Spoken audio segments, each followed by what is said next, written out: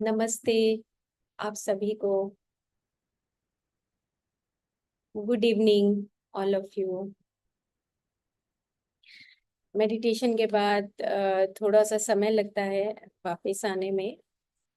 और हम सब एक दूसरे के प्रति बहुत थैंकफुल हैं कि हम इस पूरे ब्रह्मांड को विकसित कर रहे हैं, है ना। तो ये एक रिसर्च हुई हार्ट मैथ इंस्टीट्यूट में कि जो ग्लोबल कोहेरेंस है, ग्लोबल कोहेरेंस यानी कि जब हम मिलकर मेडिटेशन करते हैं या हम अ, बहुत अच्छा सोचते हैं, विशुद्ध प्रेम अपने दिल में उजागर करते हैं, तो ऑटोमेटिकली जो हमारी अर्थ की इलेक्ट्रोमैग्नेटिक वेव्स होती हैं वो एक्सपैंड करती है ऑटोमेटिकली।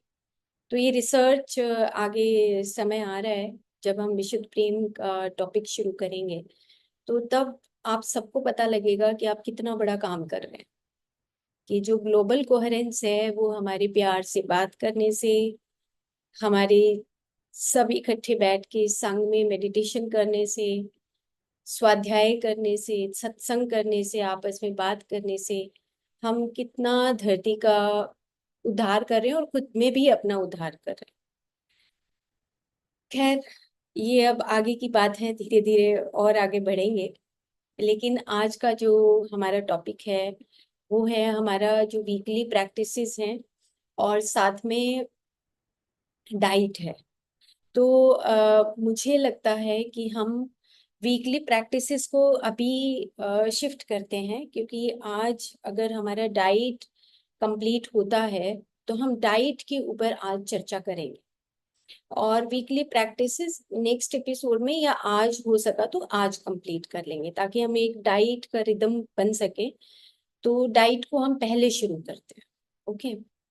तो आपको क्या लगता है कि जो भोजन है वो वाइटल एनर्जी है या नहीं? आपके अंदर से क्या आवाज आ रही? और अगर भोजन है तो उसके लिए सबसे पहला प्रिंसिपल कौन सा होना चाहिए?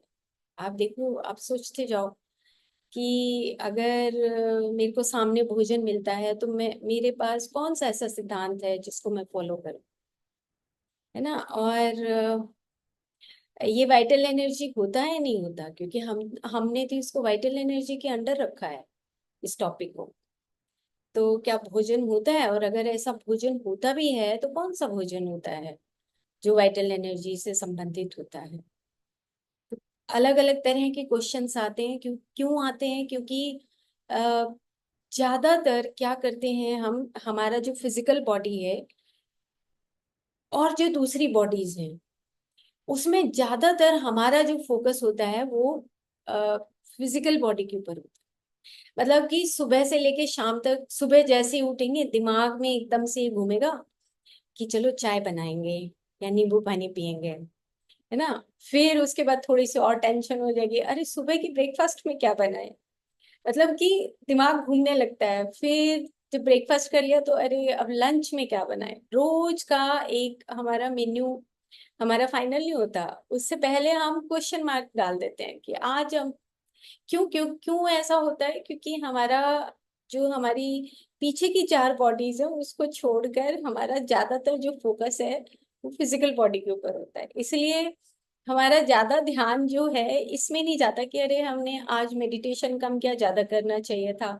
ये ध्यान नहीं जाता कि आज मेरे ज्यादा विचार आ रहे हैं, मुझे कम करना चाहिए था, क्योंकि हमारी मेंटल बॉडी विकसित नहीं होती। ये भी नहीं आता कि मुझे अगर कोई ऐसी मैं बीमार हूं तो क्या कारण हो सकता है कि मैं बीमार हूं, या मेरे घर में इस तरह की समस्या आ रही है तो क्यों आ रही है। तो हम उसके ऊपर ज्यादा नहीं सोचते, थोड़ा सा समस्या को सोचते हैं और फिर डॉक्टर के पास चले जाते हैं, या समस्या को सोचते हैं तो काउंसलर के पास चले जाते हैं। लेकिन खाने का एक ऐसा संबंध है कि जिसमें हमें एक नए तरीके से, न्यू अंडरस्टैंडिंग से हमें उस भोजन को लेकर आज बात कर रही है। और सुबह से लेके शाम तक हमने कुछ प्रक्रिया आपको पिछले एपिसोड में बता दी थी कि हमारी डेली की जो प्रैक्टिसेस है, आंख धोना नाप को साफ करना, कुल्ला करना, ये सब जरूरी है, लेकिन आज हम फोकस करेंगे डाइट के ऊपर। ओके। तो मैंने सवाल पूछा था अभी कि ऐसा क्या लगता है कि आप जब आपके पास खाना उपलब्ध है तो आपने इतने दिनों से खाते खाते कौन सा ऐसा प्रिंसिपल आपने अपनाया होगा कि ये वाला प्रिंसिपल तो मेरी जिंदगी का सबसे बेस्ट प्रिंसिपल है खाने में। ऐसा आप सब लिख लीजिए, बाद में जब क्वेश्चन आएगा तो हम बात करेंगे कि ऐसा कौन सा सिद्धांत है जो मानना चाहिए। ओके। तो चलो ठीक है, अब हम शुरू करते हैं। और सबसे पहला जो सिद्धांत होता है, अ, उसमें सबसे पहला सिद्धांत जो आयुर्वेद कहता है और जो हमारे वेदास बोलते हैं, उसमें सबसे पहला सिद्धांत, आप कुछ भी खाएं लेकिन आप अपनी प्रकृति के अनुसार उसको 2 या 3 बार ही खाएं। मतलब कि आप 2 बार खाना खाएं, यानी कि जैसे मेरी कफ प्रकृति है, मैं उदाहरण के तौर पे थोड़ा थोड़ा अब आगे बढ़ेंगे। तो डाइट में जो भोजन है, हमारा आहार है, उसका फर्स्ट प्रिंसिपल होता है कि बार बार नहीं खाना। फर्स्ट प्रिंसिपल है बार बार नहीं खाना, बार बार मुंह में नहीं डालना होता। ठीक है, लेकिन आज का जो मॉडर्न सिस्टम है वो कहता है कि बार बार खाओ। किसी को डायबिटीज हो गई तो हर आधे घंटे के बाद, 1 घंटे के बाद आपको मील लेने के लिए बोलते हैं। बट आयुर्वेद 5000 ईयर्स बैक ये पहले ही बता चुका है कि आपको बार बार नहीं खाना है। अब बार बार नहीं खाने में क्या आता है, सबसे पहले कि जैसे आसान तरीके से समझने के लिए कि हमारी 3 चीजें बहुत इंपॉर्टेंट होती हैं, जैसे कार्बोहाइड्रेट, प्रोटीन एंड फैट। और साथ में मिनरल्स विटामिन भी साथ में आ जाएंगे। ओके। तो कार्बोहाइड्रेट, प्रोटीन और मिनरल्स और फैट, ये आपस में मिलकर हमारा खाने की प्लेट है, सपोज कर लीजिए। तो अब आपने जब एक बार खा लिया तो उसको फिर आपने 3, 3.5, 4 घंटे के बाद ही आपने कुछ डालना है। यानी कि 3 चीजें हो गई, जैसे कार्बोहाइड्रेट, प्रोटीन एंड फैट। अब जैसे मान लो कि आपने खाना खाया लगभग सुबह 11 बजे। अब 11 बजे आपने अगर खाना खाया है और बहुत अच्छा हेवी आपने उसको ब्रेकफास्ट कहें या लंच कहें, वो खाना खा लिया और उसके बाद आपको शाम को ही 6 बजे 7 बजे खाना खाना। अब उसमें बीच में क्या खाएंगे वो बात हम अलग करेंगे। बट आप प्रिंसिपल पहले समझिए कि कार्बोहाइड्रेट को पचाने के लिए आपको 2.5 से 3 घंटे लगते हैं, और प्रोटीन को पचाने के लिए 3 से 3.5 घंटे। और अगर आप राजमा खाते हैं, उड़द खाते हैं, मूंगफली खाते हैं, मक्का खाते हैं, तो और सोयाबीन खाते हैं, तो इसको आपके पेट के अंदर इसका पूरा जो प्रोसेस है उसमें 3.5 से 4 घंटे लगते हैं।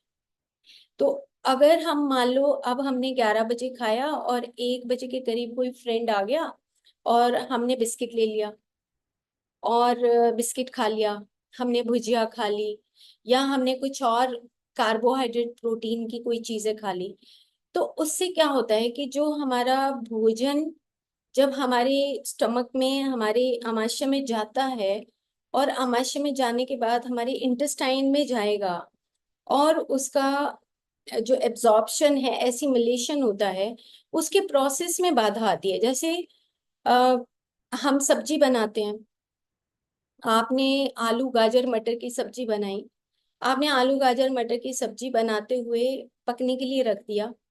पकने के बीच में आपको 15 मिनट के बाद ध्यान आया कि मुझे तो कुछ और भी डालना था उसमें, तो क्या वो सब्जी पकेगी? वो सब्जी नहीं पकेगी, क्योंकि नीचे जो अग्नि है, वो जो पहले की उसकी हीट है और अंत तक जो हीट है, वो उस तीनों चीजों को पकाएगी। अगर हम बीच में कोई और चीज गोभी डाल देंगे तो वो पकेगा नहीं, क्योंकि वो मिसमैच हो जाएगा। सेम इसी तरह जो फर्स्ट प्रिंसिपल है, वो प्रिंसिपल क्या है कि हमें बार बार नहीं खाना है। अब जो बीच में खाना है उसकी बात हम बाद में करेंगे, सिस्टमेटिकली चलेंगे। ओके।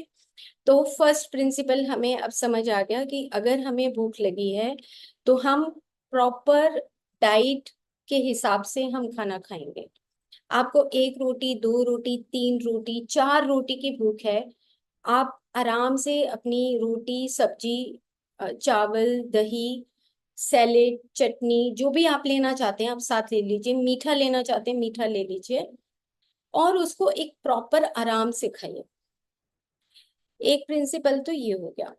दूसरा प्रिंसिपल है कि बहुत चबा चबा कर खाना है, जो हम बार बार हमारे जो बुजुर्ग कहते आए कि 32 बार चबाना चाहिए, 32 बार चबाना चाहिए। वो चबा चबा कर खाना चाहिए। उसका साइंटिफिक जो है वो स्लाइड बनाई है, फिर आपको सिस्टमेटिकली उस स्लाइड्स दिखाएंगे।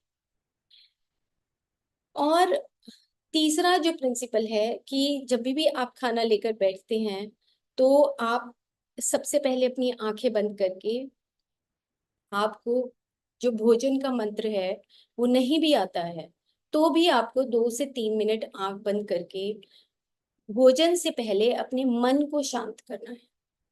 क्योंकि मन अगर शांत नहीं है तो हमारे जो स्टमक और लिवर और पेनक्रियाज और स्मॉल इंटेस्टाइन, गॉल ब्लैडर, जो हमारे इंजाइम्स रिलीज होने होते हैं वो प्रॉपर रिलीज नहीं होते। इसीलिए कहीं पर भी आप जाएंगे तो वहां पर आपको ये देखने को मिलेगा कि जहां पर आपका खाना परोसा जा रहा है, आपको खाना दिया जा रहा है, तो सबसे पहले वहां पर चैंटिंग शुरू होती है। और चैंटिंग के बाद ही 1 मिनट 2 मिनट के बाद फिर हम खाना शुरू करते हैं।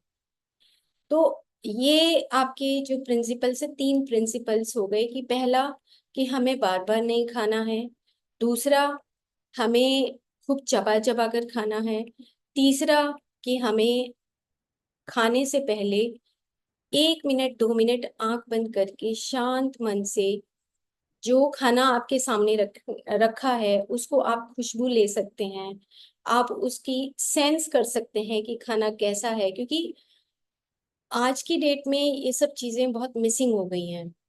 अ, मैंने एक बार बहुत पहले भी आपसे एक बार डिस्कस किया था कि लोनावाला एक जगह है मुंबई में, आप में से भी कोई मुंबई से होगा तो वहां पे मना शक्ति केंद्र करके एक इंस्टीट्यूट है, मना शक्ति केंद्र। तो मना शक्ति केंद्र आज से लगभग 15-16 साल पहले जब मैं गई थी तो उसकी स्टार्टिंग हुई थी। और वहां पर ये बताया जा रहा था उस वक्त उसी मराठी लैंग्वेज में ही कि जब हम खाना खाते हैं तो वो जो खुशबू आती है तो उससे हमारी बॉडी में क्या रिएक्शंस होते हैं, और जब हम झुकते हैं किसी के पैरों के हाथ लगाते हैं तो हमारी बॉडी में क्या परिवर्तन आता है, और दूसरा जो व्यक्ति हमें आशीर्वाद देता है तो उसकी बॉडी में क्या परिवर्तन आते हैं। आज वो इतना बड़ा इंस्टीट्यूट हो चुका है कि वहां पे अलग अलग तरह की ट्रेनिंग्स चलती हैं। तो कहने का मतलब ये है कि हम अपनी जो हमारी पुरानी जो ट्रेडिशनल विजडम था वो हम कहीं खो दिया है हमने। तो इसीलिए अब हम खाना खाते हैं, इधर हम व्हाट्सएप भी देखते रहते हैं, इधर हम कुछ और भी बात करते रहते हैं, हमें मतलब, और नीचे बैठकर खाना है। ये भी बहुत इंपॉर्टेंट है, नीचे बैठ के क्यों खाना है, इससे इसकी भी हम बात करेंगे। तो चार हमारे सूत्र हो गए जो बहुत इंपॉर्टेंट है। आजकल तो डाइनिंग टेबल चल पड़ा है, तो डाइनिंग टेबल भी अब ठीक है, जो डाइनिंग टेबल पे खाता है वो खाता रहे, लेकिन नीचे बैठने का अपना एक साइंटिफिक वे है, तो हम वो भी कर सकते हैं। ओके। अब हम आगे चलते हैं कि जो हमारी डाइट है उसमें हमने ये देखा है कि जो सात्विक फूड की बात करते हैं हम, राजसिक फूड की बात करते हैं, तामसिक फूड की बात करते हैं, तो ये तमस क्या होता है, रजस क्या होता है, और सत्व क्या होता है, ये चीज भी हमें बखूबी आनी चाहिए, ताकि हमारा जो मुंह फोकस है वो ज्यादातर फिजिकल बॉडी को लेके होता है, और सुबह से लेके शाम तक हम कुछ ना कुछ खाते रहते हैं।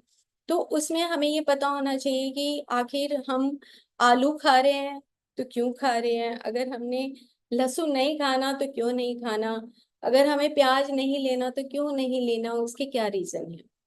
तो हम सबसे पहले एक बात सीखते हैं यहाँ पर कि हमारी एक शब्द, स्पर्श, रूप, रस, गंध। 5 चीजें आप याद रखिए। शब्द, स्पर्श, रूप, रस, गंध। इसको बोलते हैं पंच तन मात्राएं। अ, पंच तन मात्राओं का जब आप वेद पढ़ेंगे तो इसका वर्णन आपको मिलता है शास्त्रों में। पंच तन मात्राएं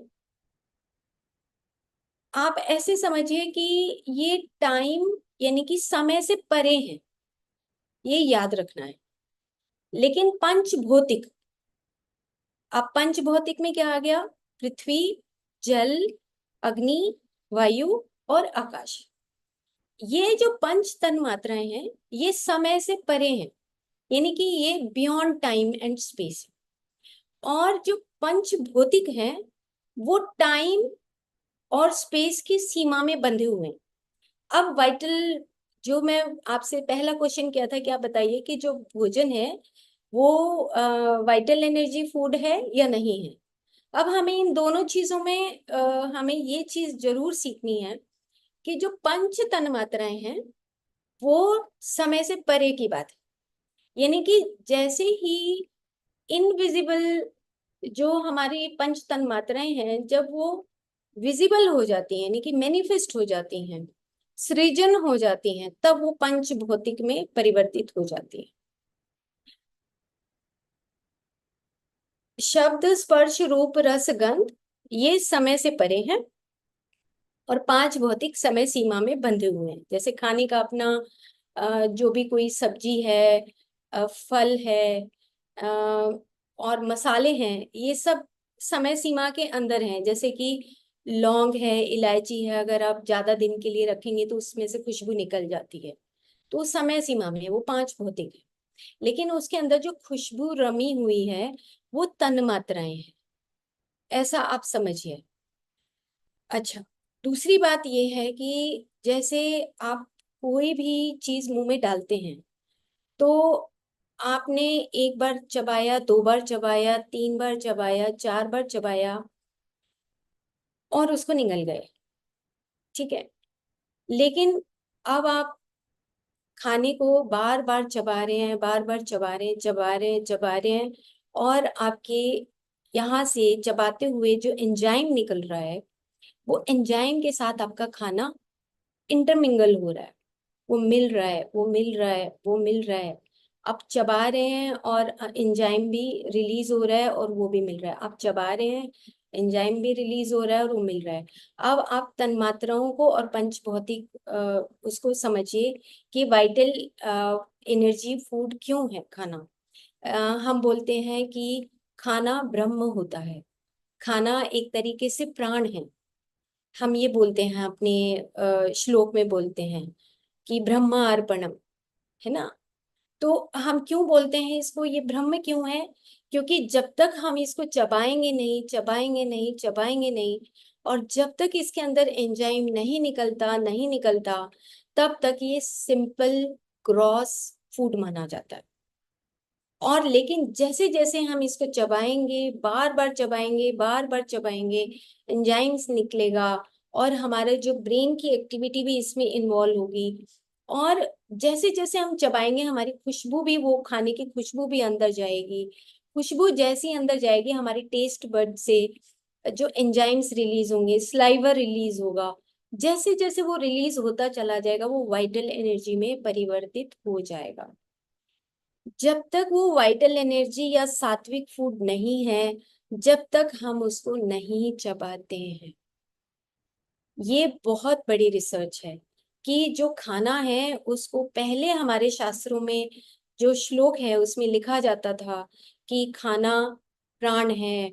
खाने के बाद जब हम चबाते हैं तो उसके बाद वो जब अंदर जाता है तब भी प्राण है। जब वो उसमें शोषित हो जाता है तब भी प्राण है। उसका एक बहुत अच्छा श्लोक है। तो इसका मतलब क्या हुआ? कब है वो प्राण? वो प्राण जब है, जब हमने, तब नहीं है जब हमने उसको मोटा मोटा खा लिया और खाने के बाद हम निगल गए। निगलने के बाद हम अपने काम में लग गए और अंदर क्या होना है वो नहीं पता है। वो हमने कई बार बात भी की है कि अनकॉन्शियस रीजन में जाने के बाद जो हमारे मन से जो हमारी मेमोरीज पड़ी होती हैं, उन मेमोरीज के साथ, चाहे हमारी फीलिंग अच्छी है बुरी है, उनके साथ मिलने के बाद वहां पे खाने का प्रोसेस आगे चलता है। तो एक बार मैं फिर से बताना चाहती हूँ कि जो पंच तन मात्राएं होती हैं, वो हमारी उस इनविजिबल, यानी कि वो दिखाई नहीं देती। जैसे ही मान लो कि एग्जाम्पल के तौर पे कि किचन में अगर हलवा बनता है, तो उसकी खुशबू जब यहाँ तक कमरे तक आती है, तो आपके मन के अंदर वो एक आता है कि अरे हलवा बन रहा है, और हलवा खाने की उत्तेजना होती है, आपको जागृत होती है कि भाई मेरे को हलवा खाना है ना। तो सेम इसी तरीके से, जो जब तक हमारी पंच तन मात्राएं, हमारे पंच भौतिक फूड, हमारा पंच भौतिक आहार के साथ जब तक वो नहीं मिल जाती, तब तक वो वाइटल एनर्जी फूड नहीं माना जाता, और तब तक वो सात्विक भी नहीं माना जाता। सात्विक का मतलब ये होता है कि हमारे अंदर की जो डाइजेस्टिव फायर है, जो हमारी अग्नि है, वो कम से कम यूज हो, कम से कम यूज हो, ताकि हम मुंह के अंदर ही इतना चबा लें, और चबाते चबाते जो हमने खुशबू ली है, जैसे हम सूप बनाते हैं, कभी कभी ऊपर से धनिया डालते हैं, कभी कभी हम ऊपर से धनिया और जो मसाले बुरकते हैं, हम गरम मसाला डालते हैं, काली मिर्च डालते हैं, तो उससे वो जो फ्लेवर आता है, उस फ्लेवर से जो हमारी ऑल्फैक्टरी नर्व है, और जो हमारी जितनी भी हमारी नर्व्स हैं वो एक्टिवेट होती हैं। उसी से हमारे ब्रेन के अंदर जो एक्टिवेशन होता है, उसी से हमारे एंजाइम्स रिलीज होते हैं। आज की डेट में क्या हो गया है कि अगर हम खाना खा रहे हैं और हम कहेंगे कि जी हमें तो भूख नहीं लग रही। अब भूख नहीं लग रही, भाई पेट भारी भारी सा रहता है। उसका रीजन ये है कि हम बहुत जल्दी जल्दी खाते हैं। उसका रीजन ये है कि हम डॉक्टर के पास जाते हैं, तो डॉक्टर तो कोई ना कोई सिरप दे देता है कि आपको भूख लगने का सिरप दे देगा। लेकिन हमें इस बात की समझ नहीं आती कि जो पंच तन मात्राएं हैं, उसका इतना बड़ा वर्क है, इतना बड़ा वर्क है कि जो हम शब्द स्पर्श रूप रस गंध, इन चीजों की इतनी ताकत है कि जब तक हम उसको एसिमिलेट नहीं करते, जब तक हम उसको एनर्जी फॉर्म में नहीं चेंज करते, तब तक वो हमारी बॉडी में से एज इट इज निकल जाता है। हमने देखा है गृहिणी रोग में जो आईबीएस होता है, उसमें क्या होता है कि खाना खाया और तुरंत वो बाहर निकल जाता है, वो डाइजेशन पावर नहीं होती आईबीएस में। वो क्या होता है कि अंदर गया और शिकायत आती है कि जी जैसे ही मैं खाता हूँ, मैं खाना मेरा बाहर निकल जाता है एज इट इज। तो हम क्वेश्चन पूछते हैं कि क्या आपने वो जो मटर खाते हो या गाजर खाते हो, वो एज इट इज आती है कि थोड़ा बहुत कलर चेंज आता है? तो वो कहता है जी एज इट इज आ जाता है। तो इसका मतलब ये है कि कहीं ना कहीं हमारा जो डाइजेस्टिव फायर है, जो हमारी जठराग्नि है, वो कमजोर है कहीं ना कहीं। हम उसको चबाने में कहीं कमजोर हैं, या कहीं हमारा एंजाइम्स नहीं रिलीज हो रहे हैं, उस वजह से ऐसा होता है।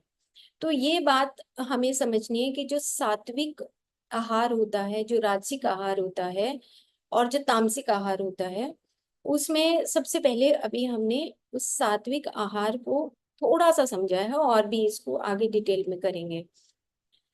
सात्विक आहार वो होता है जब हम किसी भी चीज को इतना प्रोसेस में ला दें, इतना प्रोसेस कर दें कि उसको इतना ट्रांसफॉर्मेशन कर दें उसके अंदर कि वो वाइटल एनर्जी में परिवर्तित हो जाए। अब वाइटल एनर्जी अगर मैं बोल रही हूँ, तो इसका मतलब ये भी है कि जो मेरे फिजिकल बॉडी के चारों तरफ मेरा जो प्राणमय शरीर है, और जो मेरा मनोमय शरीर है, उसको भी न्यूट्रिशन मिल रहा है, उसको भी न्यूट्रिशन जा रहा है। ये बात भी वाइटल एनर्जी फूड को में समझने वाली है। ओके। तो अब हम थोड़ी सी बात करके फिर हम स्लाइड के ऊपर आएंगे। अब जैसे कि जो जमीन से नीचे की जो चीजें होती हैं, जमीन से नीचे की जो चीजें होती हैं, आप देखिए कि अब जैसी सर्दियां आने वाली हैं, तो आप देखेंगे कि गाजर है, मूली है, शकरकंदी है ना, बीट है, शलगम है, आलू है, प्याज है, लहसुन है। कितनी सारी चीजें जमीन के नीचे लगती हैं। और ये जो जमीन के नीचे लगती है तो इसका मतलब क्या हुआ कि अरवी है, तो ये सब चीजें जो लगती हैं इनके अंदर एक हेवीनेस है, यानी कि वो डेंस फॉर्म में है और ग्रेविटेशनल फोर्स उसकी ज्यादा है।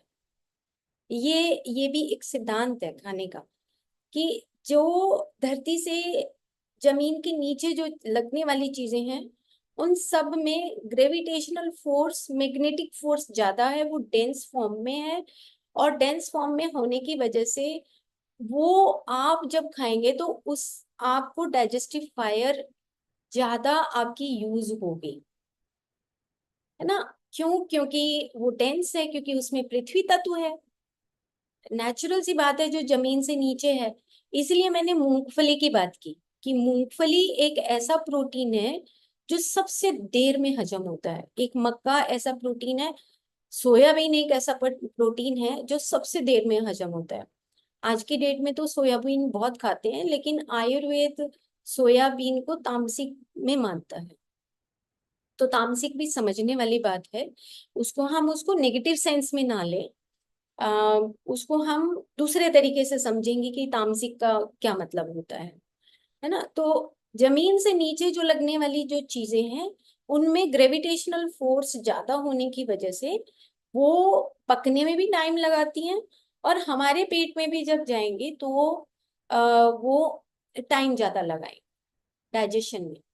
तो इसीलिए अब आपको डिसाइड करना है कि आपको कितनी मात्रा में वो खाना खाना चाहिए कि वो सात्विक रूप में परिवर्तित हो जाए। ठीक है। अब जैसे कि जो प्याज है और जो लहसुन है, आपने उसमें देखा कि गंध बहुत होती है ना। तो मैंने अभी पंच तन मात्राओं की बात की कि शब्द, स्पर्श, रूप, रस और गंध, जिसमें पांचों चीजें मौजूद हो, वो जमीन से नीचे किस में है? सबसे ज्यादा लहसुन में है, सबसे ज्यादा गंध, है ना। उसके बाद वो प्याज आता है, और चीजों में गंध आपको नहीं मिलेगी। इसका मतलब अगर कहीं गंध नहीं है तो चार चीजें रह गई, एक गंध उसमें मिसिंग हो गया। तो जिसमें गंध ज्यादा रहेगी उसमें पृथ्वी तत्व यानी कि हेवीनेस ज्यादा रहेगी, और जिसमें गंध ज्यादा रहेगी उस वो जो है कंडेंस फॉर्म में होगा। उसकी एनर्जी ना तो एक्सपैंड करेगी ना ऊपर की तरफ जाएगी। यह हम एक बार शायद पहले भी एक एपिसोड में आपको बता चुके हैं थोड़ा सा कि लहसुन क्यों नहीं खाना चाहिए, शायद इसके ऊपर चर्चा हुई थी। तो ये बात समझने वाली है कि अगर हम लहसुन और प्याज खाना चाहते हैं तो आप ये समझिए कि आपकी जो एनर्जी है वो बस एक उस राउंड फॉर्म में ही होगी, कंडेंस फॉर्म में होगी, डेंस फॉर्म में होगी। उसमें उसका जो फ्लो है वो अपवर्ड डायरेक्शन में नहीं होगा। और इस वजह से जो जब हम फास्ट रखते हैं तो लहसुन और प्याज को अवॉइड करते हैं। अदरक भी उसी में आता है।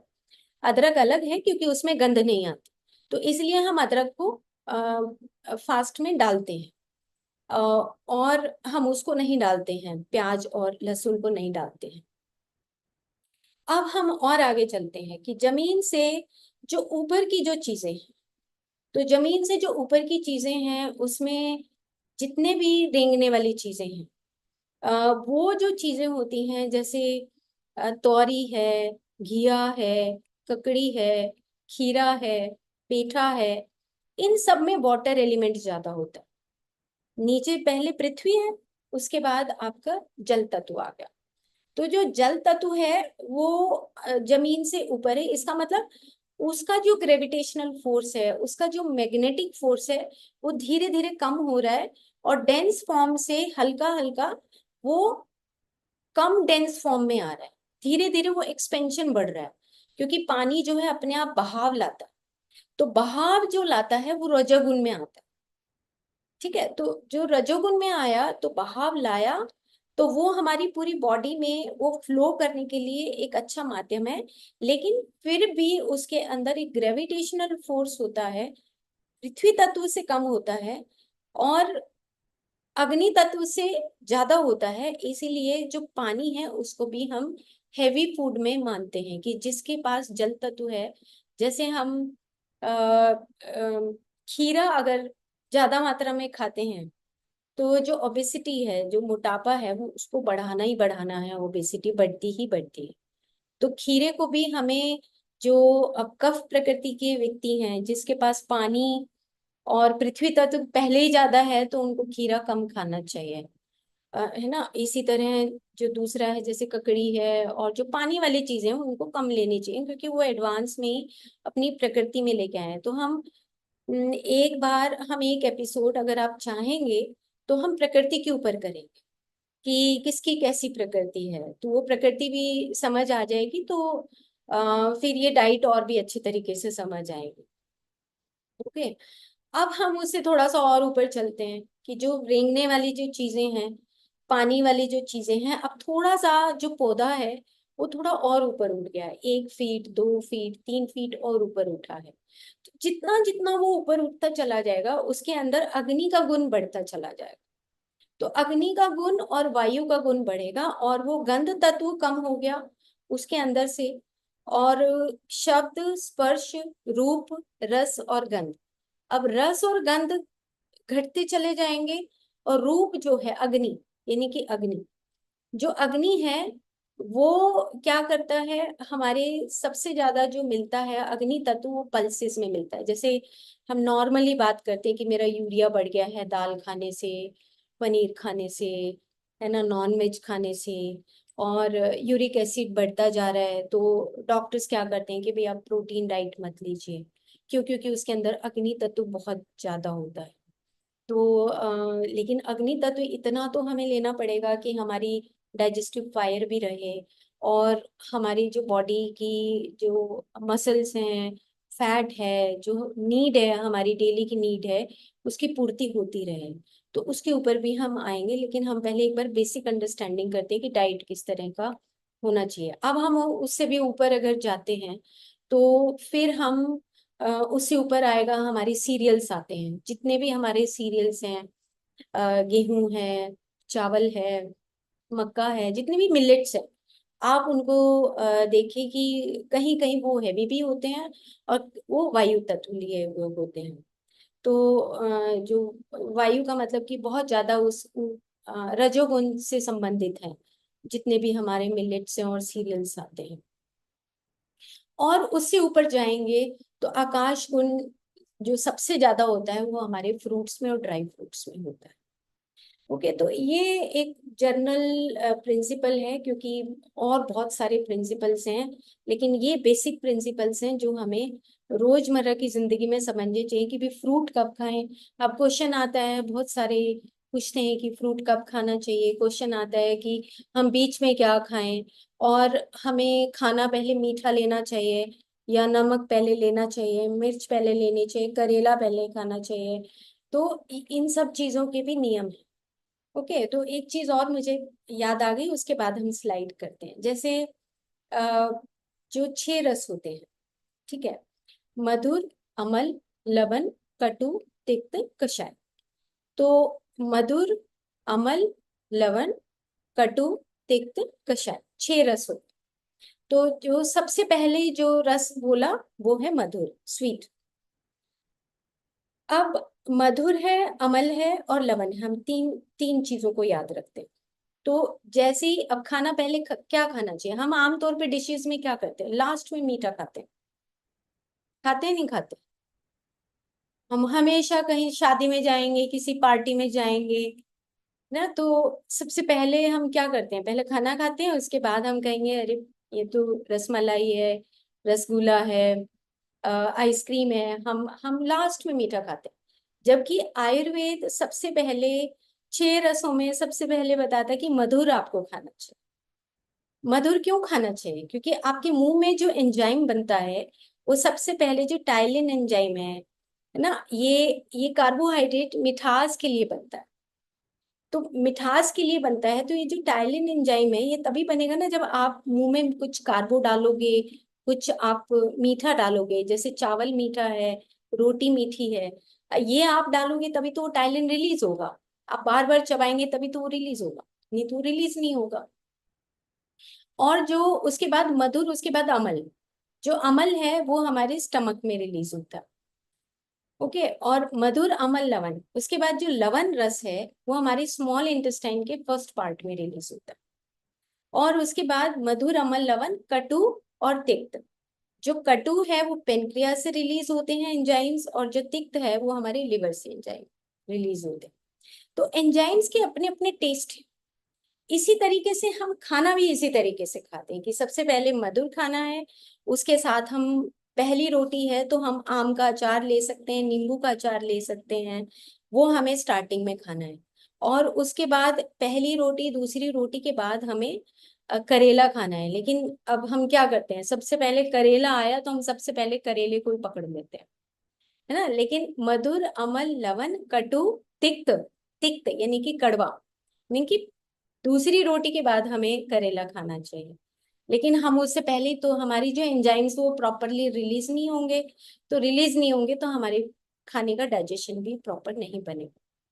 तो ये एक सिस्टम आयुर्वेद ने बताया है कि मधुर अमल लवण कटु तिक्त कषाय, इस तरीके से। और कषाय हम बाद में हम क्या खाते हैं, पान खाते हैं, बाद में हम क्या खाते हैं, थोड़ा सा सौंफ ले लेते हैं, ना। तो हम इस तरीके से देखें कि हमारा जो सिस्टम है, आयुर्वेद ने सबसे पहले, अब बाद में अगर हम मीठा खाते हैं तो क्या होता है कि लिवर डिसऑर्डर होने के चांसेस बढ़ जाते हैं, क्योंकि बाद में मीठा कहीं जाके वो जमा होता है, फैटी लिवर।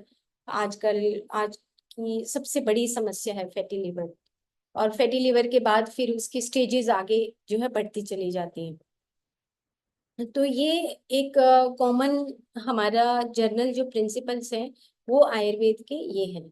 अब हम आते हैं स्लाइड पे, कि स्लाइड के माध्यम से अब आपको जल्दी जल्दी समझ आएगा कि, तो ये सबसे पहले है कि जो आपका फूड है, जो अन्न है, वो एक ब्रह्म है, कॉन्शियसनेस है ना। अन्न ब्रह्म रसो विष्णु, जब वो रस बन जाता है तो विष्णु पूरे शरीर में जाता है। और उसके बाद भोक्ता देवो महेश्वर, यानी कि जब वो एब्जॉर्ब हो जाएगा सब जगह तो उसको महेश्वर बोला गया है। इसका मतलब ये है कि सिंपल आप बस इतना सा समझिए कि वाइटल एनर्जी फूड है। वाइटल एनर्जी फूड का मतलब ये है कि जब आप बहुत ही शांत मन से आप जब खाना खाते हैं, मतलब मैं ये कहना चाहती हूँ कि ना, आप सबको कम से कम 15 से 20 मिनट अपने खाने के लिए तो स्पेसिफिकली निकालने ही चाहिए। क्योंकि खाना आपका बेसिक जो फिजिकल बॉडी का जो एक नीड है, जो बेसिक नीड है, उसको तो कम से कम आप प्रॉपर उसको निभाइए। आप कोई ये म्यूजिक भी चला सकते हैं। मेरा एक पेशेंट है नीता मैम, अभी उसको मैंने आपको शायद बताया भी था कि किडनी का डिसऑर्डर है, उसका डायलिसिस होता है।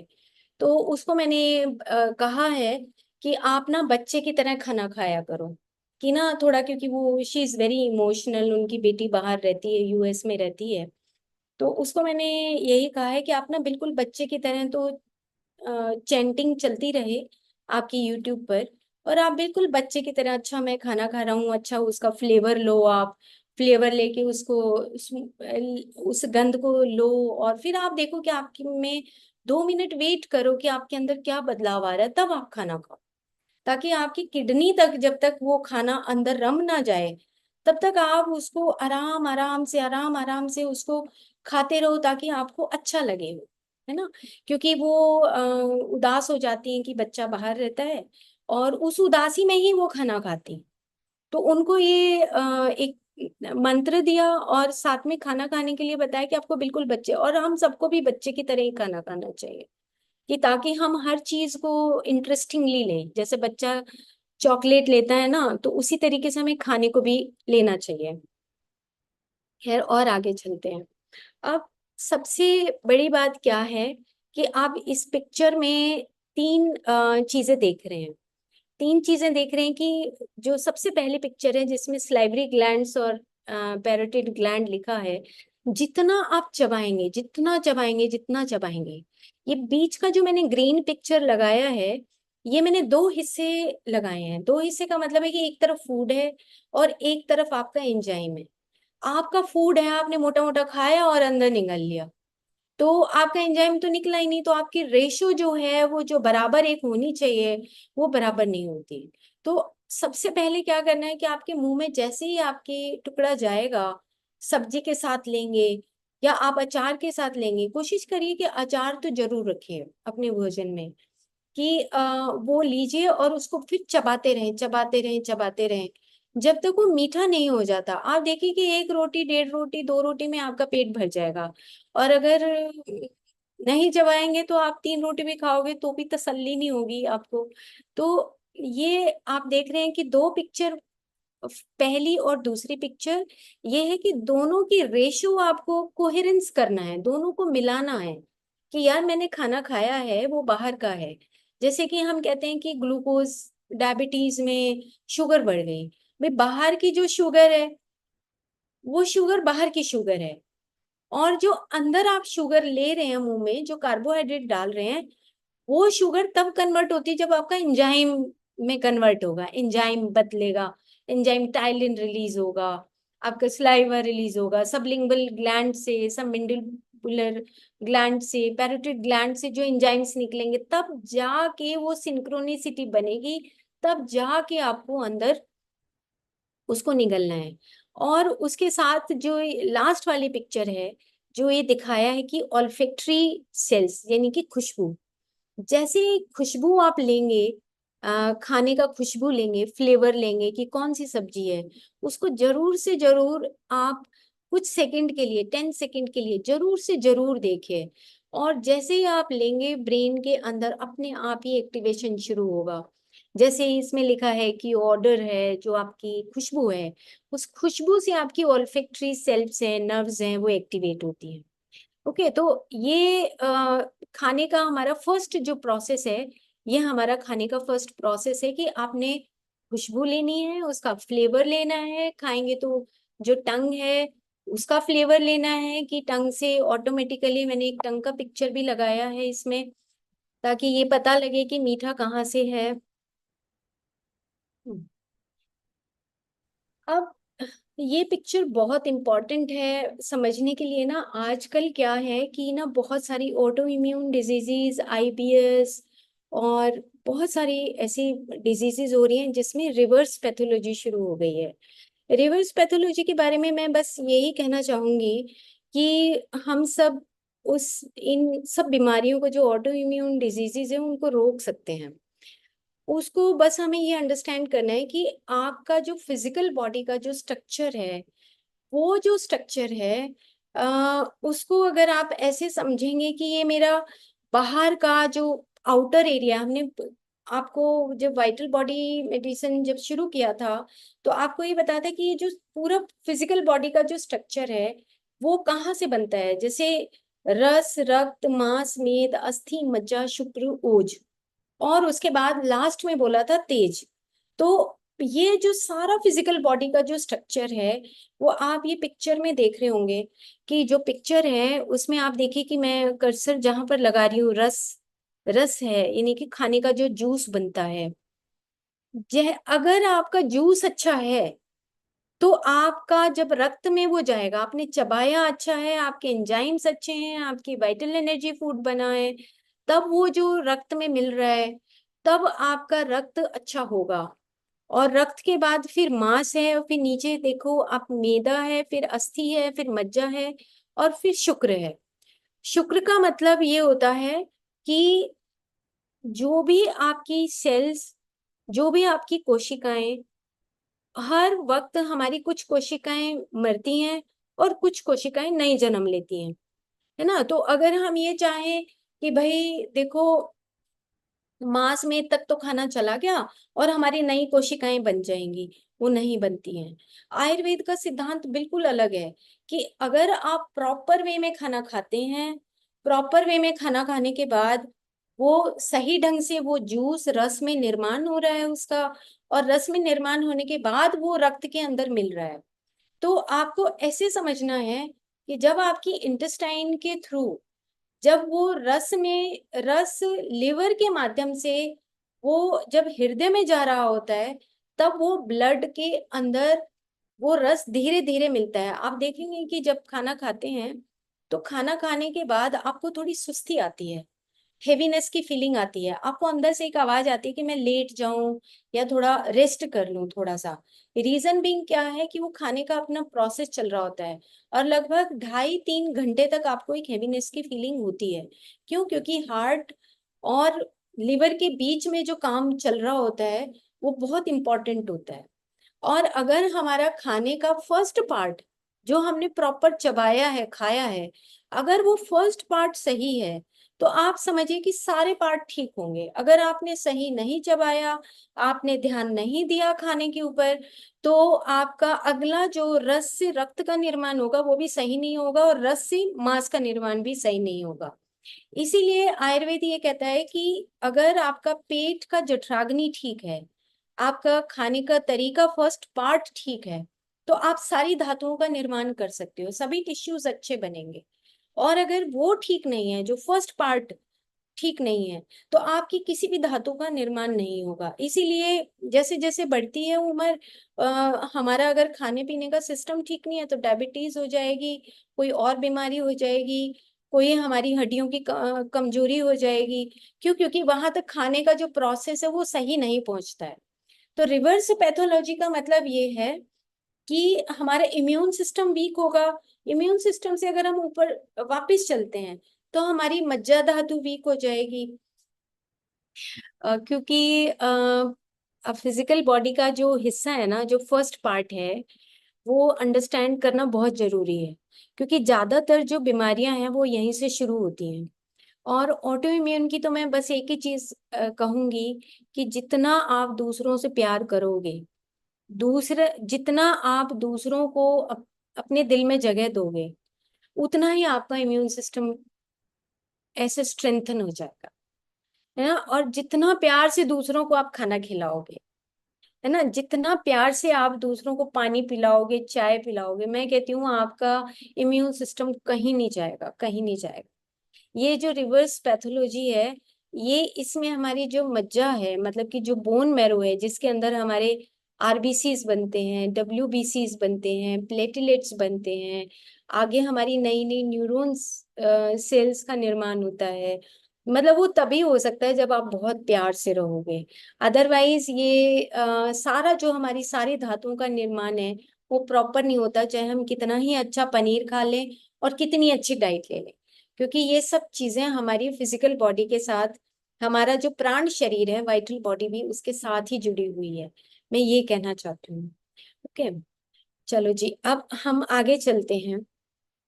ये पिक्चर भी मैंने लगाई है इसलिए क्योंकि जो आपका जो चीविंग सिस्टम है ऊपर का, वो आपको हायर कॉन्शियसनेस से जोड़ता है।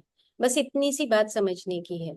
और जो सोल और जो माइंड है, जो आपके अंदर जो आपके विचार हैं, वो आपके नाभि के चारों तरफ ईगो, जो हमने मणिपुर चक्र में बात की थी कि जो आपका ईगो सिस्टम है, ये ईगो सिस्टम आपका, आपके जैसे विचार होंगे वो आपके नाभि के चारों तरफ पड़े हैं।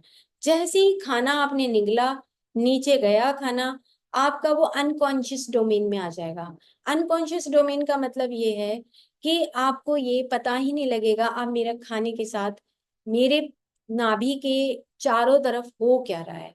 क्योंकि वहां पे जो एंजाइम निकलेंगे वो आपके मन के अनुसार निकलेंगे, जो एंजाइम रिलीज होंगे वो आपकी थॉट प्रोसेस के अकॉर्डिंग होंगे।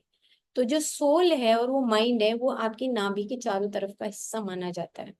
और बॉडी का जो हिस्सा है, जब आप खाना खाएंगे, अगर आप एक्टिव नहीं हैं तो ऑटोमेटिकली आपका जो ज्ञान क्षेत्र और कर्म क्षेत्र की हमने जो बात की थी, उसमें कहीं ना कहीं बीच में लेकुना आ जाएगा, दोनों चीजें अलग अलग हो जाएंगी। ज्ञान तो प्राप्त कर लिया लेकिन एक्टिव नहीं है, खाना खा लिया लेकिन हम एक्टिव नहीं है, मॉर्निंग में वॉक नहीं करते, या घर में हम एक्टिव नहीं है। पूरा एक्टिव रहना है अगर आपको अपना physical system, vital system, mental system, causal system अच्छा स्ट्रेंथन करना है, तो आपको एक्टिव होने की बहुत बहुत जरूरत है। ओके, अब ये जो पिक्चर है इसमें मैं आपको बता चुकी हूँ कि मधुर, अमल, लवण, कटु, तिक्त, कषाय, इस तरीके से हमें खाना खाना है। ये हमारा ऑर्डर ऑफ ईटिंग है।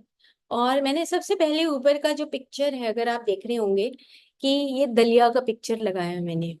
और जो नेक्स्ट पिक्चर है वो गुड़ वाला दलिया बनाया है। बीच में थोड़ी मैंने किशमिश डाल दी है, थोड़ा सा खजूर डाल दिया है, इधर गाजर पाक लगाया। ये मेरे घर की ही बनी हुई पिक्चर्स हैं, जो रोज मॉर्निंग में मीठे से शुरुआत होती है हमारे घर में। लास्ट 32 ईयर से रोज मॉर्निंग में हलवा बनता है। क्यों? क्योंकि मधुर से दिन की शुरुआत करते हैं। तो हम या तो मीठा दलिया बनाते हैं या गुड़ का दलिया बनाते हैं, या गुड़ वाला दूध होता है या गाजर पाक होता है, कुछ ना कुछ मीठा होता है, कहने का मतलब ये है। और उसके बाद हमारा जो खाने का सिस्टम है, अब आप मान लो मॉर्निंग में आप चाहते हैं, अब हम मॉर्निंग की बात करते हैं। जैसे आप मॉर्निंग में, हमने कहा कि सुबह आप उठिए, अ, अमृत वेला में उठिए, शुभ मुहूर्त में उठिए, ये हम बात कर चुके हैं। पानी कितना पीना है ये भी बात कर चुके हैं। और रसायन की बात अभी आ जाएगी कि हमें रसायन पानी के साथ हमें हरी की लेनी चाहिए, आंवले लेना चाहिए। और उसके बाद हमें क्या खाना चाहिए मधुर में? आप जैसे बादाम है, आप दलिया है, गुड़ का दलिया है। अब सर्दियां आएंगी तो गाजर पाक ले सकते हैं, थोड़ा मूंग की दाल का हलवा बना सकते हैं, आटे का हलवा बना सकते हैं। ये आपका मॉर्निंग का जो ब्रेकफास्ट है। मैं तो कहती हूँ सबको मॉर्निंग के ब्रेकफास्ट में कम मीठा डालो, लेकिन आपके मॉर्निंग के ब्रेकफास्ट में मधुर होना चाहिए। उसके दो रीजन हैं। उसके रीजन ये हैं कि क्योंकि जो आपका हलवा है, या मूंग की दाल का हलवा है, या गाजर का हलवा है, या आपका दलिया है, जो आपका दरदरा आटा होता है ना, उसमें सबसे ज्यादा विटामिन बी कॉम्प्लेक्स रहता है। ओके। और विटामिन बी कॉम्प्लेक्स आपकी पूरे नर्वस सिस्टम को स्ट्रेंथन करता है। और उसमें अगर थोड़ा सा घी का तड़का लगाते हैं, तो आपके पूरे नर्वस सिस्टम को स्ट्रेंथन करने से इससे अच्छा कोई खाना नहीं है। ठीक है। अगर उसमें आप गुड़ डालते हैं तो आपके iron content, mineral content automatically, किशमिश डालते हैं तो ऑटोमेटिकली पूरे हो जाते हैं। अगर आप उसमें बादाम डालते हैं तो आपका एचडीएल, जो हार्ट के लिए सबसे बेस्ट कोलेस्ट्रॉल जो होता है वो एचडीएल होता है, वो आपका पूरा हो जाता है। तो और एक अगर अखरोट खाते हैं तो आपके ब्रेन का और हार्ट का जो फूड है वो ऑटोमेटिकली कंप्लीट हो जाता है। तो it is a complete food in morning. अगर आप लेते हैं तो ये सबसे बेस्ट बेस्ट फूड माना जाता है। हम तो 32 ईयर से मीठा बनाते हैं और इसी को मॉर्निंग में खाते हैं। हमारे उसमें कुछ कुछ चीजें, जैसे मूंग की दाल का हलवा बना दिया, कभी आटे का हलवा बना लिया, कभी हमने दूध और गुड़ ले लिया, उसमें थोड़ी सी हल्दी डाल ली, तो और या फिर दलिया ले लिया। इस तरीके से ये मॉर्निंग का ब्रेकफास्ट रहता है। और इतना नहीं कि भाई बहुत भर भर के खाएं, मतलब एक संयम के तहत एक सात्विक फूड हम ये लें। अब इसके बाद फिर हमारा जो स्वीट है, अब उसके बाद जो हमारा नॉर्मल जो लंच का डाइट है, उसमें आप कोशिश करिए कि रोटी है वो आप चने की और आटे की, दोनों गेहूं और चना दोनों को मिक्स करके लीजिए। मिलेट्स के ऊपर भी बात करेंगे, अभी थोड़ी सी बात करेंगे, ज्यादा नहीं, क्योंकि वो बहुत कॉम्प्लिकेशंस है मिलेट्स में। तो आप चना और आटे को ही मिला के रखिए। ये सब सात अनाज मिला हुआ आटा प्लीज, मेरी तरफ से मैं Ayurveda, as a Ayurveda doctor, मैं रिकमेंड नहीं करूंगी सब चीजों को मिक्स करके। जो भी डाल दो उसमें, ओट भी डाल दो, ये भी डाल दो, वो भी डाल दो, सोयाबीन भी डाल दो, मैं रिकमेंड नहीं करूंगी। मैं सिर्फ सिर्फ रिकमेंड करूंगी कि आप गेहूं और चने की रोटी ही खाइए।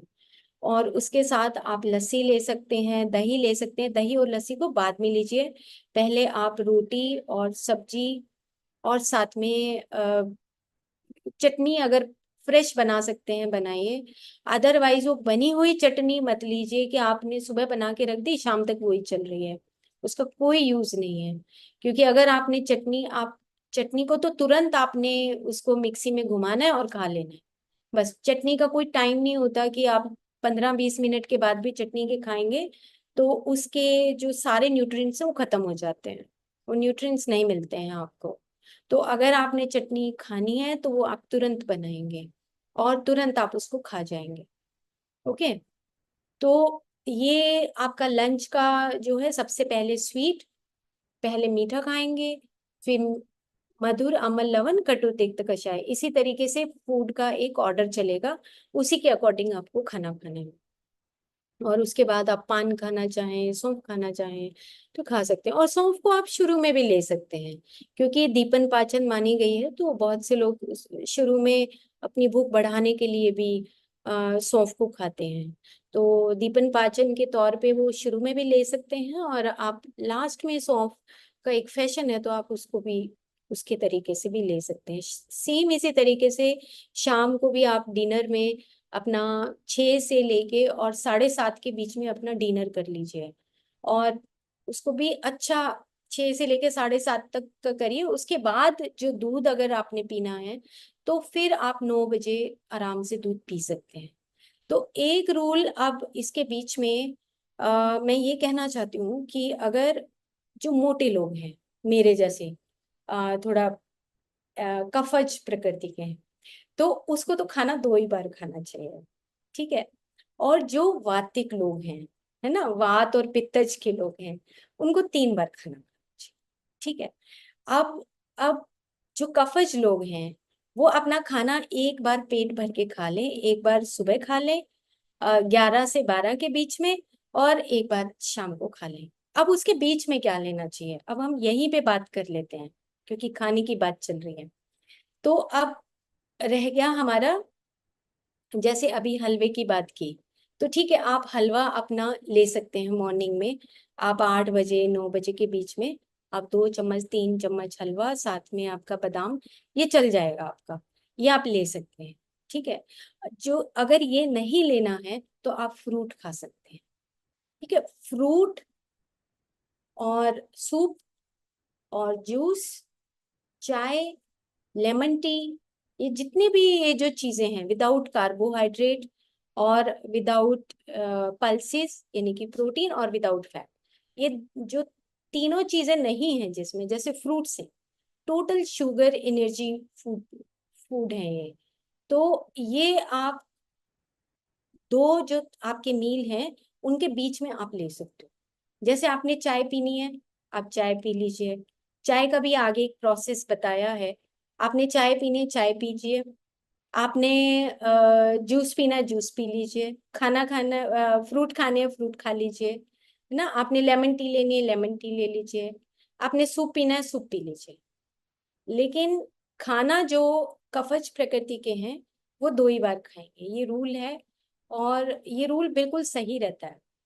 और अगर हम वात और पित्त प्रकृति के हैं तो 3 बार खाना खाएंगे, एक बार मॉर्निंग में, दोपहर को और शाम को अपना खाना खाएंगे। उसके बीच में आप फ्रूट खा सकते हैं, सूप ले सकते हैं, जूस पी सकते हैं, 2 बार फ्रूट खा सकते हैं, चाय पी सकते हैं, और बहुत सारे ऑप्शन है, नींबू पानी पी सकते हैं, ये आप ले सकते हैं ना। लस्सी भी पी सकते हैं, लस्सी के ऊपर भी कोई बैन नहीं है, आप लस्सी भी ले सकते हैं। तो ये, और सीजन के फ्रूट्स ही खाइए। जैसे अभी सीजन नहीं है और बिना सीजन के ही अभी से गाजर आने लगी है, तो गाजर खा रहे हैं। अब गाजर की जरूरत क्यों है, क्योंकि वो तो इतनी हैवी है, क्योंकि पृथ्वी तत्व है उसमें। आपके वैसे ही नहीं हजम होगी क्योंकि अभी बारिश चल रही। तो अब बारिश में गाजर हजम होगी ही नहीं, उससे गैस बनेगी। पूरा गैस बनने से आपकी बॉडी के अंदर हैवीनेस रहेगी, कहीं ना कहीं स्किन का प्रॉब्लम आ जाएगा। तो सीजन के ही आप सब्जियां खाइए, सीजन के ही फ्रूट्स खाइए। बिना सीजन के कोई घर में वेजिटेबल नहीं आनी चाहिए ना। जैसे अभी हमारे नॉर्थ इंडिया में क्या हो रहा है कि कोई भी मेरे पास पेशेंट आता है, कहते हैं जी मैं तो नारियल पानी पीता हूँ। अब नारियल पानी, भैया आप मुंबई में थोड़ा रह रहे हो, आप तो नॉर्थ इंडिया में रह रहे हो। जी मैं तो मच्छी खाता हूँ। अब मच्छी खाने वाले और नारियल पीने वाले उधर जन्म लेंगे ना, इधर थोड़ा जन्म लेंगे। तो आपको बहुत ज्यादा स्किन की डिजीजेस हो रही है, बहुत ज्यादा स्किन की डिजीजेस, मेंटल डिसऑर्डर्स भी हैं, जस्ट बिकॉज ऑफ दिस, क्योंकि वो एक सीजन के अकॉर्डिंग और उस देश और भूमि के अकॉर्डिंग वो खाना नहीं खा रहे। तो आयुर्वेद तो देश काल भूमि ये सब मानता है। तो हमें अपने चारों तरफ जो एनवायरनमेंट है उसके अकॉर्डिंग ही हमें खाना खाना चाहिए। ओके। तो ये आपको कुछ समझ आ गया है, तो अगर कुछ और भी चर्चा करनी होगी तो आप क्वेश्चन लिख लीजिए और आगे चलते हैं। ये बात भी हम बता चुके हैं और आगे चलते हैं। तो अब हमने ये बात बताई थी, ये भी मैं बता चुकी हूँ कि किस तरीके से पृथ्वी तत्व, जल तत्व, आप दोबारा से वीडियो देखेंगे तब आप इसको आराम से समझ लीजिए। मैं और आगे चलती हूँ। ये पृथ्वी, जल, अग्नि, वायु और आकाश, ये बातें मैंने आपको बता दी कि जितना आप धरती से ऊपर की तरफ जाएंगे तो उतना उतना हल्का हल्का खाना होता चला जाएगा। अब मैं कुछ पिक्चर्स के ऊपर ही आ जाती हूँ। तो ये जो पिक्चर्स हैं आप देखिए कि इसको हम तमस में क्यों मानते हैं। ये जितना भी ग्राउंड लेवल के नीचे की जो चीजें हैं वो क्या है कि जो धरती के नीचे उगती हैं वो तामसिक नेचर का मतलब ये नहीं कि वो खराब होती हैं। तामसिक नेचर का मतलब ये है कि उसके अंदर पृथ्वी और ग्रेविटी ज्यादा होती है, पृथ्वी गुण और ग्रेविटी ज्यादा होती है, डेंस होती है। तो इसीलिए उस फूड को अग्नि ज्यादा चाहिए होती है। अब हम मिलेट्स की बात कर लेते हैं। अब हम ये कहते हैं कि अगर किसी को पतला होना है, ये भी एक नई थ्योरी चल गई है, पता नहीं कहाँ से चली है। और बहुत सारे इसके ऊपर रिसर्च पेपर्स आ गए हैं, इसके ऊपर बुक्स आ गई हैं। तो अब उसमें आ गया है कि आप मिलेट्स खाइए, आपको पतला होने के लिए आप मिलेट्स खाइए। पर पता नहीं, मुझे लगता है कि मिलेट्स उन लोगों को खाना चाहिए जो लोग फिजिकल वर्क ज्यादा करते हैं, जो लोग मेहनत ज्यादा करते हैं। तो मिलेट्स उन लोगों के लिए है जो मेहनत करते हैं, सुबह से शाम तक उनका फिजिकल एक्सरसाइज होता है। मान लो कोई साइकिल पर जा रहा है, साइकिल चला रहा है, कोई घर में बहुत ज्यादा काम कर रहा है, कोई खेत में जा रहा है, किसी का फिजिकल वर्क ज्यादा है, कोई जाके ऑफिस में जाके मशीनें चलाने का काम है, तो वो मिलेट्स खाए। अब वो मिलेट्स क्यों खा रहे हैं जो जिनका माइंड वर्क है। अब जो काम ही नहीं कर रहे फिजिकल, उनको भी वो सुबह शाम मिलेट्स, मिलेट्स का इडली चाहिए, मिलेट्स का डोसा चाहिए, क्या क्या चाहिए।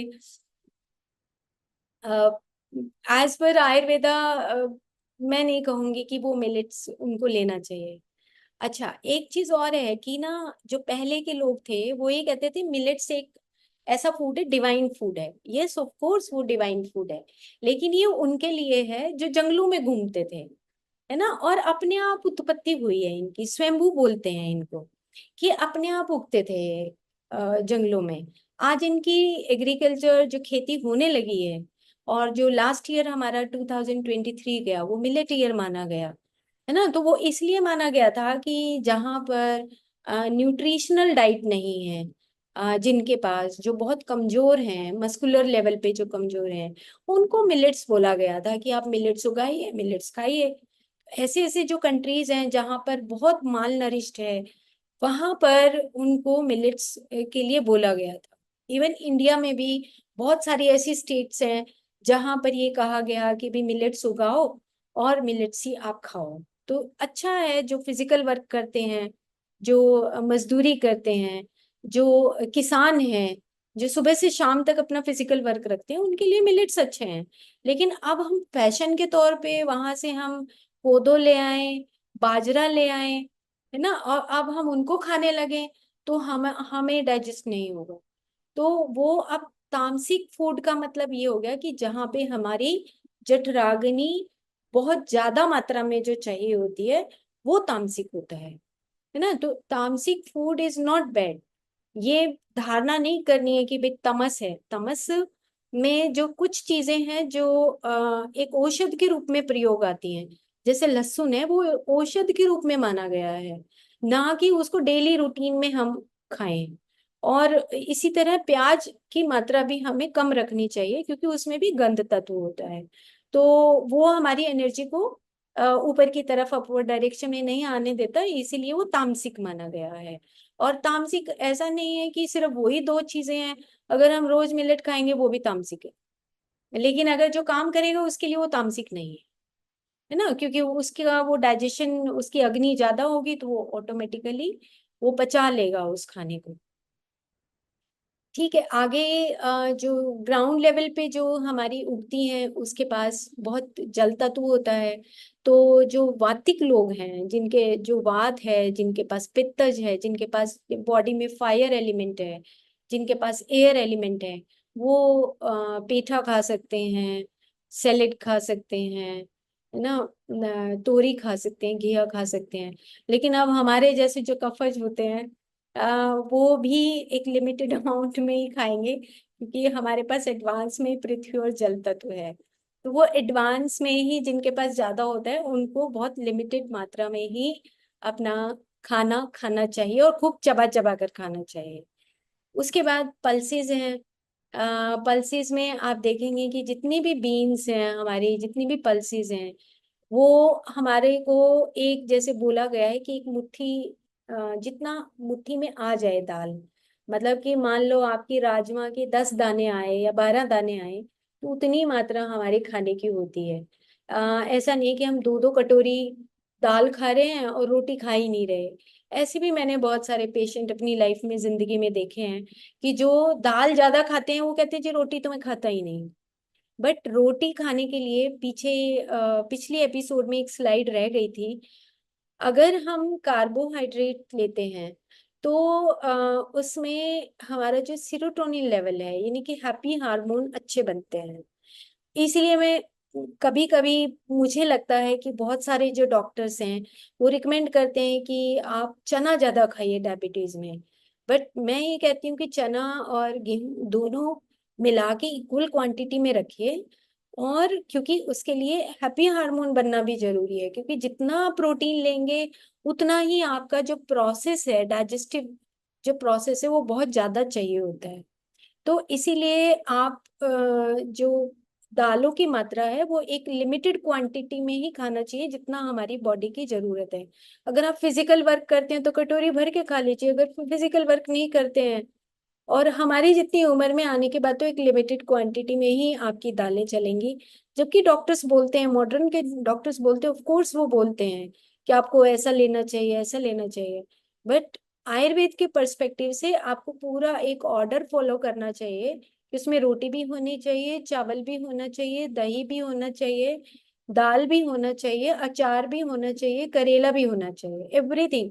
जब आप लेंगे तो आप बीमार नहीं हो सकते फिर, अगर आपका एक बैलेंस्ड डाइट है।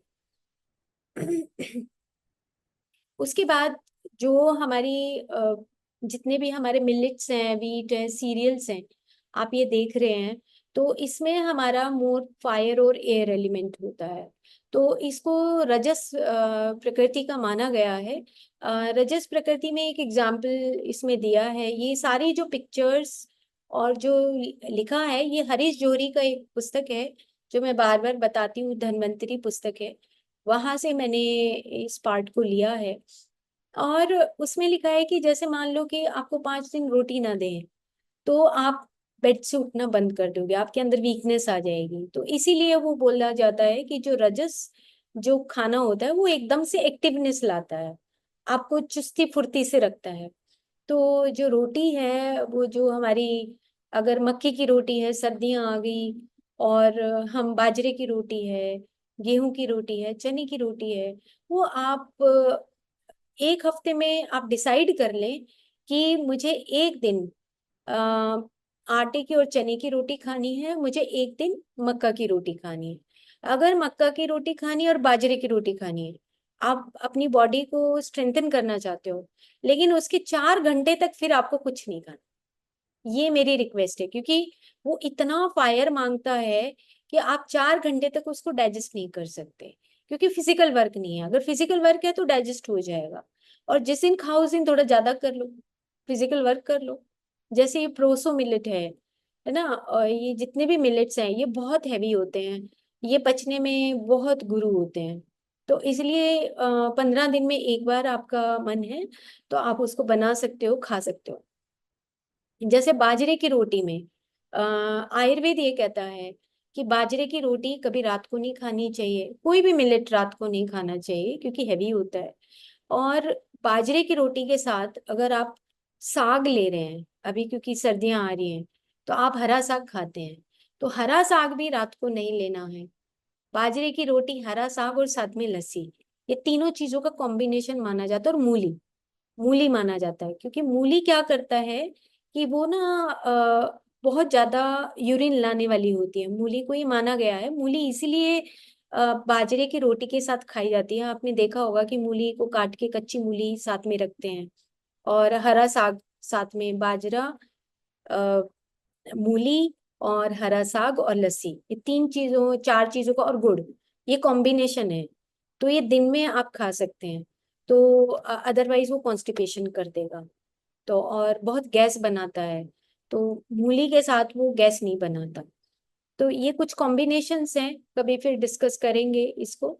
तो आज हमें इस डाइट वाले पार्ट को, और फ्रूट्स है, इसमें मैंने एक पिक्चर जो है ये रुडोल्फ स्टीनर का ही एक पिक्चर लगाया है, अगर आप देखेंगे, जिसमें नीचे फ्लावर्स है। लीव्स के लिए आपको अगर अपने हार्ट और लंग्स को ठीक रखना है तो लीफी वेजिटेबल्स लीजिए। रूट जो है वो आपके हेड को स्ट्रेंथन करती है, उनका अपना एक साइंटिफिक वे है बताने का। और जो हमें रिप्रोडक्टिव सिस्टम के लिए हमें फ्लावर, सीड, ये सब चीजें खानी चाहिए।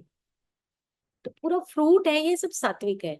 क्यों? क्योंकि इसको, हमारी डाइजेस्टिव जो फायर है, जो अग्नि है, उसको ज्यादा जरूरत नहीं पड़ती पचाने के लिए। तो इसलिए फ्रूट्स जो हैं सबसे ज्यादा, और जो सीड्स हैं जो हम भिगोते हैं, वो सबसे हल्के होते हैं खाने में, और सबसे ज्यादा रीजुविनेटिंग होते हैं, जो हमारी बार बार सेल्स को स्ट्रेंथन करते हैं, न्यूरॉन्स को, नर्वस सिस्टम को स्ट्रेंथन करते हैं। शायद मैं इसको मूव कर रही हूँ ना, तो ये फिर फिर से जो है अटक जाता है। और जो ड्राई फ्रूट्स हैं, अभी मौसम आ गया है ड्राई फ्रूट्स का, तो आप ये देख सकते हैं कि आप अमूमन ये सब हम लेते ही हैं, तो इसको भी शायद ज्यादा बताने की जरूरत नहीं है। दो चीजें हैं, जो खजूर है, और जो छुआरे हैं, और जो मुनक्का है। ये तीन चीजों में से आप चुन लीजिए कि मुझे 2 दिन ये खाना है, एक दिन मुझे ये खाना है, एक दिन मुझे ये खाना है। और बादाम 5 से 7 की रेशो है, उससे ज्यादा हम बादाम नहीं खा सकते। काजू भी हम 5 से 7 की रेशो है। अखरोट सिर्फ एक है। और मैं ये कहूंगी कि अंजीर बहुत रेयरली आप खाइए, 15 दिन में एक बार खाइए, क्योंकि इसमें बहुत ज्यादा रिच शुगर कंटेंट होता है। तो अंजीर को एक ही बार खाइए, 15 दिन में एक अंजीर बहुत सफिशिएंट है। और ज्यादा जितने भी नट्स हैं, अगर आपको लगता है कि मैं 15 दिन बहुत अच्छी ले चुका हूं, तो उसको 15 दिन, आप महीने में 15 दिन गैप कर दीजिए, नहीं खाना आपने। क्योंकि वो बहुत ज्यादा स्ट्रांगली बहुत आगे गर्म हो जाते हैं, और फिर पेट में से बहुत ज्यादा वो भी अग्नि को लेते हैं। इसलिए 15 दिन खाओ, 15 दिन आप मत खाओ। ओके। फिर एक चीज यहाँ पे जो सबसे इम्पोर्टेंट है, वो ये ध्यान रखने वाली बात है कि जो हमारे मसाले हैं, जैसे काली मिर्च है, इलायची है, बड़ी इलायची है, साथ में जायफल है, सौंफ है, धनिया है, लौंग है, जीरा है, अजवाइन है, दालचीनी है, और अंबिया हल्दी है ना। ये सब आपके बेस्ट मसाले हैं। इन मसालों को आप पीस के रखिए। जैसे ही आप खाने में, आप सिंपल तड़का लगाइए कि आपने हल्दी से आपने शुरुआत की तड़का लगाने की, और जब बीच में जब सब्जी पकने वाली हुई तब आपने नमक डाला। हल्दी और नमक को इकट्ठा नहीं डालते हैं, ठीक है, क्योंकि उसका सारा आयोडीन उड़ जाता है। और इसीलिए जब आपकी सब्जी पकने वाली है तब आप नमक डालिए और ढक दीजिए, ताकि आयोडीन उसी में एब्जॉर्ब हो जाए। वो पहले नहीं डालते हैं, पहले हल्दी डालिए, और उसके बाद आप बाद में जब पकने वाली हो तब आप नमक डालिए। और एक प्रोसेस और भी है, अभी बाजार में अंबिया हल्दी आ जाएगी। तो अंबिया हल्दी को आप ऐसे कर सकते हैं, आप बिना हल्दी के तड़का लगाइए। तड़का लगाने के बाद आप जैसे अदरक को कूटते हैं, ऐसे आप लास्ट में बनने से पहले जैसे आप नमक डालेंगे, उसके 5 मिनट के बाद आप अंबिया हल्दी को अदरक की तरह कूटिए और उसके बाद डाल दीजिए, फिर देखिए आप उसका फ्लेवर कितना अच्छा आता है। तो अंबिया हल्दी को इस तरीके से भी हम यूज करते हैं। तो ये मसाले जो हैं, जैसे ही आप मसाला डाल दें, कोई भी मसाला डालें, आप कोशिश करिए कि उसके बाद तुरंत उसको ढक दीजिए, क्योंकि इसमें जो वॉलेटाइल ऑयल होता है वो तो सब उड़ जाता है, तो कोई फायदा ही नहीं रहता। तो इसीलिए कोशिश ये करना है कि आप जो मसाले हैं वो 15 दिन 20 दिन के लिए पीस के रखिए। ऐसा नहीं कि आपने वही 5-6 महीने के लिए पीस के रख लिया, 4 महीने के लिए पीस के रख लिया, फिर वो वोलेटाइल ऑयल उड़ गया, फिर आपके पास तो कुछ है नहीं। क्योंकि इसके अंदर तो सबसे ज्यादा वॉलेटाइल ऑयल होता है, जो आपकी एकदम से पूरी बॉडी को जो स्ट्रेंथन करता है, जो आपके प्राण शरीर तक पहुंचता है, वो ये मसाले होते हैं। जो आपके मनस तक पहुंचते हैं वो मसाले होते हैं। तो आपको ये मसाले जब आपने बुरक दिया, उसके बाद आपने उसको तुरंत ढक दिया। ओके। अब मैं साइड में जो ये जो एक और पिक्चर लगाया है, ये है स्वरस कल्क क्वाथ हिम और फांट। जैसे आपका जो चाय है, हम चाय कैसे बनाते हैं, हम खुद पकाते हैं। खैर मैं, मेरी भी एक बैड हैबिट है, क्योंकि मैं चाय को जब पीती हूँ तो अच्छा पका के पीती हूँ। लेकिन चाय का जो फैशन आया था, वो हमारे आयुर्वेद में फांट से आया था। कि आप कोई भी, जैसे आपने जो चाय पीनी है, जैसे लेमन टी पीते हैं, तो आपने जस्ट पानी को बॉईल किया, उसके अंदर आपने पत्ती डालनी, उसमें नींबू डाल के ढक दो, बस वो फांट होता है ना। रात को कोई चीज भिगोई और सुबह आपने उसको ले लिया, वो हिम होता है ना। उससे ऊपर जो क्वाथ है, आप उसको जैसे गिलोय को लेते हो तो आप उसका काढ़ा बनाते हो, पौना गिलास लिया, उसका आधा गिलास रह गया, तो वो क्वाथ होता है। कल्क होता है, जैसे चटनी होती है। चटनी तो एक चीज जरूर याद रखिए कि चटनी आपने फ्रेश लेनी है। आपने 1 घंटे पुरानी चटनी भी नहीं यूज करनी है। अब फ्रिज में रखोगे आप, उसका कोई यूज नहीं है, क्योंकि उसमें कोई न्यूट्रिशन नहीं बचता है। और स्वरस वो है, जैसे आपने आंवले का जूस निकाला और सुबह सुबह आपने पी लिया। तो ये कुछ मैंने पिक्चर्स बताई हैं जो रसायन के तौर पे हम मॉर्निंग में, जो पिछले एपिसोड में हमने बात की थी कि हमें सुबह जब हम पानी पीते हैं 1 गिलास, तो हम उसके साथ क्या कोई रसायन औषधियाँ ले सकते हैं। तो रसायन औषधियों में हरितकी और आंवला बेस्ट माने जाते हैं। ओके। तो हम हरितकी का यूज, रात को हमने भिगो दिया, उसको क्रश करके पाउडर बना के, लगभग आधा से पौना चम्मच हमें उस पाउडर को रात को भिगोना है एक व्यक्ति के लिए। रात को भिगो दिया और सुबह आपने उसको स्टायर किया, घुमाया, हल्का सा गर्म पानी उसमें डाला 1 घूंट, और गर्म पानी डालने के बाद उसको पी गए आप। तो ये हरित की बेस्ट होती है रसायन के तौर पे, आपकी सारी धातुओं को स्ट्रेंथन करने के लिए हरित की का बहुत अच्छा रोल है। और किसी किसी को रात को हरित की ले सकते हैं, लेकिन मॉर्निंग में ही लेंगे तो ज्यादा बेटर है। अब अभी जो सीजन है, वो हमारा आंवले का सीजन आ गया है, आंवले का और अंबिया हल्दी का। तो आपने 2 आंवले लिए, उसको काटा, उसको मिक्सी में पीसा, पीस के आपने बस आराम से उसको, आपने उसका जूस बनाया और उसको पी गए। अगर आपको लगता है थोड़ा सा कहीं वो बकबका सा है, तो उसमें थोड़ी सी मिश्री डाल सकते हैं, थोड़ा 1 या 2 ड्रॉप आप शहद डाल सकते हैं, है ना। तो आप आंवला और हरित की, ये आयुर्वेद में 2 बेस्ट रसायन माने जाते हैं। उसके साथ मैंने मुलेठी भी लिखा है, क्योंकि मुलेठी को भी रसायन माना गया। तो कभी कभी अपने टेस्ट चेंज करने के लिए आप बिल्कुल सिंपल 1 से 2 ग्राम मुलेठी पाउडर लेंगे, उससे ज्यादा मात्रा नहीं है मुलेठी की। 1 से 2 चुटकी आपने गर्म पानी लिया, उसके अंदर आपने 2 चुटकी मुलेठी डाली, 2 चुटकी आपने काली मिर्च डाली, ढक दिया, और फिर उसके बाद आपने वो हर्बल टी ले लिया। इस तरीके से आप दिन में जब आपका दिल करे, आप ये हर्बल टी भी ले सकते हैं। ओके। और भी बहुत सारी इसमें है, जैसे ब्रह्मी है, और गुडुचि है, यानी कि गिलोय है। आप उसका यूज कर सकते हैं। गिलोय का यूज भी, अगर आप गिलोय का यूज करना चाहते हो, तो आपको ये आपका जितना पेन है, बस उतना ही गिलोय एक व्यक्ति का, अ, इतना ही पतला हो गिलोय, तब इतना है। अगर वो थोड़ा सा मोटा है तो उसका साइज कम हो जाएगा। और उसको छोटा छोटा काट के आपको पानी में बॉईल करना है, बॉईल करने के बाद छान लो, छानने के बाद उसको मॉर्निंग में आप पी सकते हो। लेकिन 1 महीने से ज्यादा उसको नहीं पीना है।